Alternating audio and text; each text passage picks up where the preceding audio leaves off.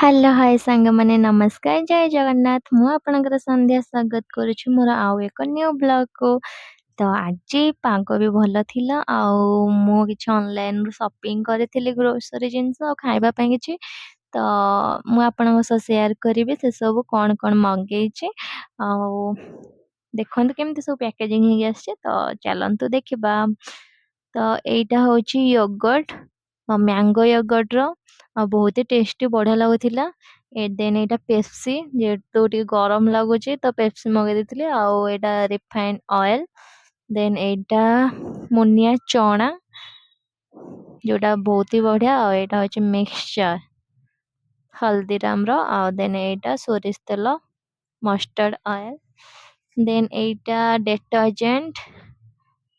ଦେନ୍ ଏଇଟା ହଉଛି ସୋୟା ଚଙ୍କ୍ସ।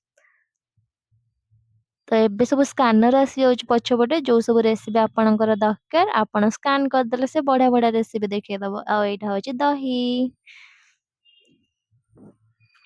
ଦେନ୍ ଏଇଟା ହଉଛି ଚକୋମିନ୍ସର ଚକୋଲେଟ ଅମୁଲ କମ୍ପାନୀର ଏଇଟା ଆଉ ଏଇଟା ହଉଛି ପର୍କ ଚକୋଲେଟ ଯୋଉଟା ମୋ ଫେଭରେଟ ଆଉ ଚକୋମିନ୍ସ ବି ମୋର ଫେଭରେଟ।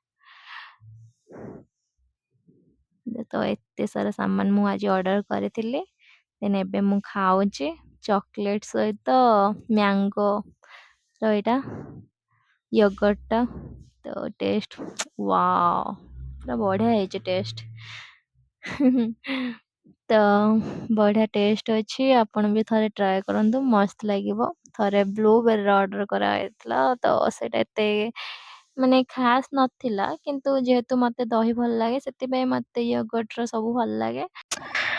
ତ ଏଇଡେ ବଡ ପ୍ୟାକେଟରେ ଆସିଛି ଏତେ ଛୋଟ ଚକୋଲେଟ। ତ ଏବେ ମୁଁ ଯାଉଛି ସବୁ କିଛି ଥୁଆଥୁଇ କରିକି ଆସିଗଲି ରୋଷେଇ କରିବା ପାଇଁ। ତ ପ୍ରଥମେ ଟିକେ ସାରୁକୁ ମୁଁ ଭାବୁଛି କୋଉଥିରେ କାଟିବି ଛୁରୀରେ କାଟିବି ନା ଏଇଟାରେ। ଦେନ୍ ଆଉ ଏପଟେ ସବୁ କଟାକଟି କରିକି ରଖିଦେଇଛି ମସଲା ମସଲି। ଦେଖନ୍ତୁ ସାରୁକୁ ମୁଁ କେତେ ପରିଷ୍କାର ଭାବରେ କାଟିକି ନେଇଯାଇଛି। ଏଠି ବୁଟ ଡାଲି ଆଜି ହବ ଆମର ଘାଣ୍ଟ ଯୋଉଟା ଶୁଖୁଆ ଆଉ ସାରୁ ପଡିକି ହବ।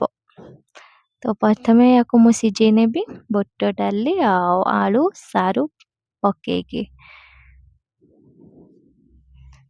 ତ ଦେଖନ୍ତୁ ତ ଏଇଟା ସିଝିଗଲା ପରେ ଦେନ୍ ଏଠି ମୁଁ ନେଇଯାଇଛି ଶୁଖୁଆ ଯୋଉଟା ମତେ ବହୁତ ଭଲ ଲାଗେ। ତ ଏଇଟା ହଉଛି ପାତ ଶୁଖୁଆ ଆଉ ଗୋଟେ ଥିଲା ବୋର ଶୁଖୁଆ। ତ ଦେଖନ୍ତୁ ତରକାରୀଟା କେତେ ଟେଷ୍ଟି ହେଇଛି ଆପଣ ବି ଥରେ ଟ୍ରାଏ କରନ୍ତୁ।